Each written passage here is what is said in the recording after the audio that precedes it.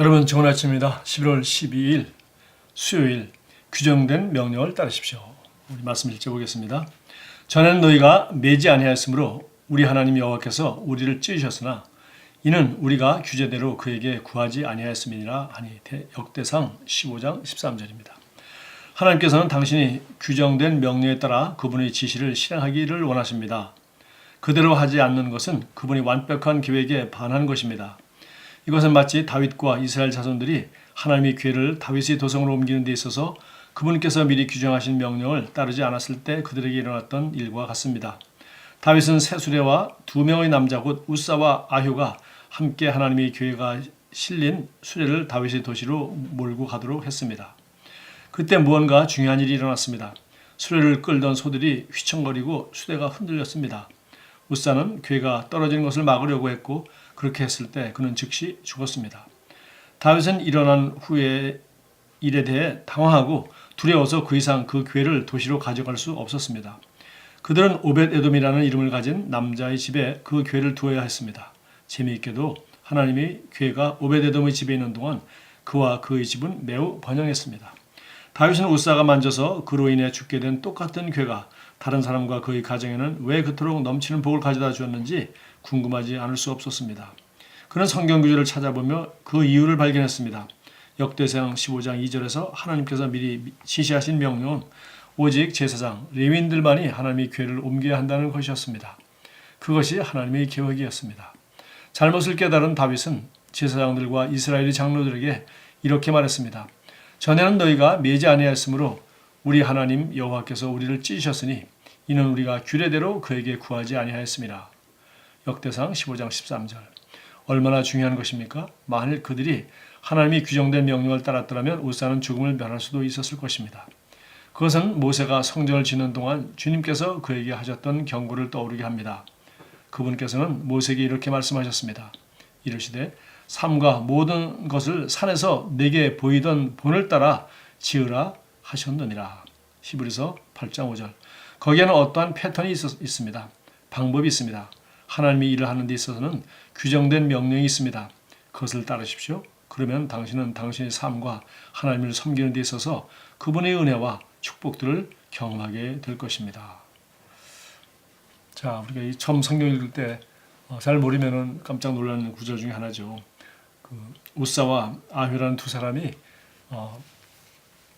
그 다윗의 명을 따라서 이 언약궤를 이제 다윗성으로 이스라엘 성으로 이제 옮기려고 하는데 마체에다가 싣고 이게 소가 끌었습니다. 소가 바로 이 오벳에돔 집 가까이 있는 타작 마당에 이르렀을 때 소가 막 이렇게 날뛰어가지고 그 언약궤가 그 마체에서 미끄러지려고 하는 걸 보고 우사가 손을 댔다가 그 자리에서 즉사하는 사건이 일어났습니다.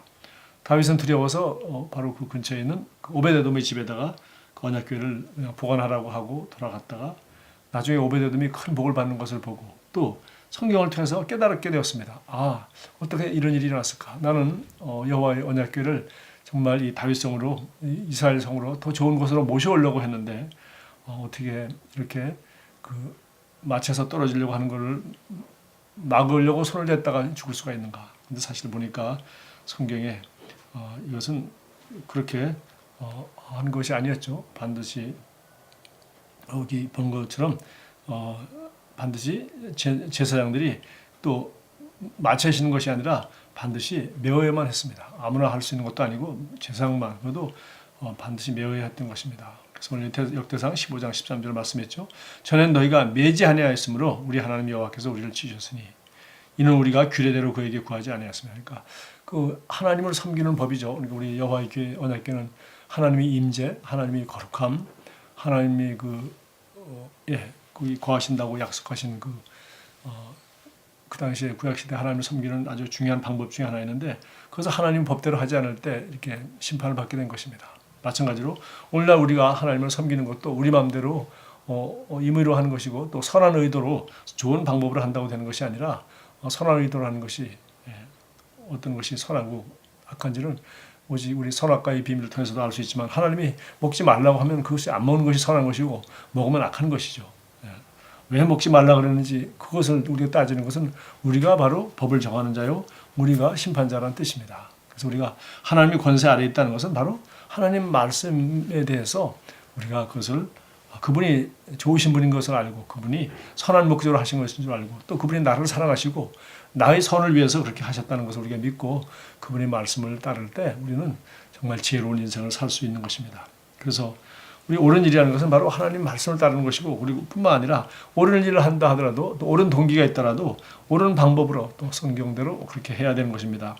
이것에 대한 대표적인 것은 아마 출애굽기에 나와 있는 그 하나님께서 모세에게 산에서 어떻게 그 성막을 지을 것인지 구체적으로 하나하나 보여주셨습니다. 물타리는 어떻게 짓고 그다음에 번제단은 어떻게 하고 물두멍은 어떻게 하고 그다음에 성소는 어떻게 짓고 지성소와 성소는 어떻게 나누고 뭐 어떤 재료를 가지고 어떤 사이즈로 어떻게 만들라고 자세히 했죠. 그래서 나중에 그 출애굽기 마지막 장에 보면은 모세가 그 본대로 그 양식을 따라 패턴대로 정말 하나님이 보여주신 그대로 말씀대로 그대로 만들어서 나중에 그걸 다 기름을 붓고 이렇게 정말 성막을 완성했을 때 하나님의 임재가 거기에 임했다 이렇게 성경은 말하고 있습니다. 다시 말해서 우리 인생도 하나님께서 하나님을 섬기는 것뿐만 아니라 우리 개인적으로 살아가는 것도 하나님 말씀을 따라 무엇을 할 때 제일 먼저 그냥 내가 좋은 뜻으로 이건 좋은 것이니까 라고 그냥 언론하는 것이 아니라 하나님께서 하나님 말씀에 이거 좋다고 하는 것인지 그리고 하나님 말씀에 좋은 일, 옳은 일이라 하더라도 하나님 말씀에 이런 방법을 하라고 하는 것인지 그래서 하나님 우리에게 성경을 주셨을 뿐만 아니라 성령을 주셔서 지금 내가 그 일을 해야 되는 것인지 아니면 좀 더 기다려야 되는지 또 이런 방법으로 하는 것인지 아니면 저런 방법으로 해야 되는 것인지 또 성경에 구체적으로 나와 있으면 당연히 성경 말씀대로 해야 되지만 성경에 구체적으로 안 나와 있는 경우에는 정말 내가 어떤 것 둘 다 좋은 것일 경우에 어떤 것을 선택해야 되는지 그래서 우리가 날마다 말씀을 읽으며 그리고 또 성령님이 인도를 받고 음성을 들으며 우리는 지혜롭게 잘 선택할 수가 있습니다. 그래서 오늘 여기 참고 성경으로 잠언에 있는 말씀 2개를 설명했습니다. 잠언에 먼저 19장 20절 말씀을 인용했습니다. 너는 권고를 들으며 훈계를 받으라. 그리하면 내가 필경은 지혜롭게 되리라. 그래서 우리가 하는 많은 일들이 인생에 많은 최고 행복한 최고의 좀 효과적인 삶을 살지 못한 이유 중에 하나는 어리석기 때문이라는 것입니다. 우리가 어렸을 때도 어리석고 경험이 적을 때도 어리석고 교만해서 선택하는 일도 어리석고 또 욕심으로 시작한 일도 어리석고 또 뭐 화났을 때 또 잘못하는 일도 어리석고 그래서 어리석은 짓들을 우리는 많이 하게 됩니다. 그래서 결국은 우리가 지혜로워져야 되는데 지혜롭게 되려면은 네가 내 권고를 들으며 훈계를 받으라. 그래서 우리 하나님께서 주시는 말씀을 통해서 특별히 잠언은 그런 말씀이 아주 가득합니다. 그래서 부모가 자녀에게 하는 말씀, 성경이 오늘 우리에게 하는 말씀, 성령님께서 우리에게 하시는 말씀들을 들을 때 권고를 듣고 훈계를 받을 때 우리는 필경은 지혜롭게 되는 것입니다. 그러나 권고를 듣지 않거나 훈계를 받지 않으면은 지혜롭지 못하다는 것을 나중에 큰 수업료를 지불하고 깨닫게 될 것입니다. 자, 또 참고성경 잠언 16장 20절도 보겠습니다. 삼가 말씀에 주의하는 자는 좋은 것을 얻나니 여호와를 의지하는 자는 복이 있느니라. 삼가는 주에서 말씀에 주의하는 자, 말씀에 별로 관심이 없고 말씀 시간에 졸거나 말씀 시간에 그냥 때우거나 말씀 시간 대충 이렇게 넘어가면은 결국은 우리가 좋은 것을 얻을 수 없다는 것입니다. 그래서 우리가 그리스도인이 되어서 뭐 주의를 잘 지켜라, 설교에 은혜를 받으라, 뭐 큐티를 하라, 책을 성경 읽기를 하라, 뭐 얘기하는데 사실은 하나가 중요한 것이 아니라 그만큼 이 하나님 말씀이 내게 나를 지혜롭게 하고 하나님 말씀에 오늘 읽는 하나님 말씀을 통해서 하나님 내게 말씀하시고 나도 또 성령의 음성을 잘 들었죠. 성경 읽지 않은 사람이 어떻게 성령의 음성을 들을 수는 있겠지만 그것이 성경 말씀에 맞는지 성령의 음성인지 분별할 수 있는 기회는 없는 것입니다. 그래서 말씀에 주의를 할 때, 즉 우리가 하라고 해서 하는 것이 아니라 누가 시켜서 하는 것, 검사해서 하는 것이 아니라 이것이 정말 예수님 말씀처럼 사람이 밥만 먹고 사는 것이 아니라 하나님의 입에서 나온 모든 말씀으로 살리라. 모든 말씀이라는 것은 우리가 살아가는 데 필요한 모든 것, 모든 지혜, 모든 선택에 필요한 기준이 되고 우리 살아가는 모든 것이 주님의 말씀 안에 다 있다는 것입니다. 그러니까 모든 말씀에 우리가 주의할 때 좋은 것을 얻게 되고 또 말씀을 의지하는 것은 바로 하나님을 의지하는 것이기 때문에 그 여호와를 의지하는 자는 복이 있다 이렇게 말했습니다. 자, 우리 시간에 다 같이 기도하겠습니다.